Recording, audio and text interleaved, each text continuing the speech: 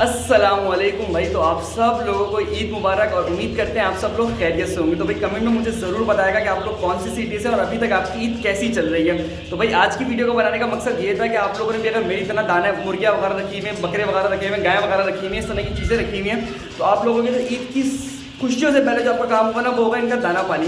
क्योंकि अगर कोई जॉब पर्सन है, अगर कोई बिजनेस पर्सन है, तो वो हो सकता है ईद पे अपने काम क्लोज करके लग जाए, लेकिन जिसका रोजगार लाइफ स्टॉक से मुंसलिक है ना, उसको तो ये सारे के सारे काम करने हैं। जैसे कि मैं आपको बताऊं तो मैंने सुबह उठते ही सबसे पहले यहाँ का दाना पानी किया, और उस यानी कि ईद की नमाज के फ़ौरन बाद यहाँ का दाना पानी किया। उसके बाद मैं गया दूसरी जगह पर, और उसके बाद मैंने वहाँ का देसी का दाना पानी किया, और उसके बाद मैंने अपनी लेयर के जो दूसरी जगह पे 800 मुर्गियाँ रखी हुई, चूज़ा रखा हुआ है, उनका दाना पानी किया। उसके बाद अपनी अंडों वाले जो मुर्गियाँ रखी हुई उनका दाना पानी किया, उनके कुछ अंडे कलेक्ट कर लिए। और उसके बाद मैं अपने खरगोशों के लिए चारा लेकर आया, और चारा यार बड़ी मुश्किल से मिलता है। जिन्होंने बकरे वगैरह पाले हैं उनको अंदाजा है कि ईद पे चारा बड़ी मुश्किल से मिलता है। और उसके बाद आज का आखिरी काम होती है टर्की का दाना पानी। तो भाई आपको दाना पानी तो उनका करना ही पड़ेगा, क्योंकि आपकी छुट्टी से बर्ड को कोई गर्ज नहीं है। उसने अपने सेम टाइम पे खाना खाना है, उसने 7-8 बजे उठ जाना है, उसको पता है कि उसका अब खाने का टाइम हो चुका है। तो वीडियो बनाने का रीज़न ये था कि आप लोगों को मोटिवेट करना है कि अगर आप लोग भी सोच रहे हैं कि यार आज के दिन भी काम करना पड़ेगा, तो कोई मसले वाली बात नहीं है, हमारे काम का हिस्सा ही है और हमें करना पड़ेगा। लेकिन सबसे बड़ी बात है कि अपने काम करने में सुकून बहुत ज़्यादा और मज़ा बहुत अच्छा आता है। तो उम्मीद करेंगे आपकी भी अच्छी गुजरेगी। मिलते हैं अगले एपिसोड पर, अपना ख्याल रखिएगा। अल्लाह हाफिज़।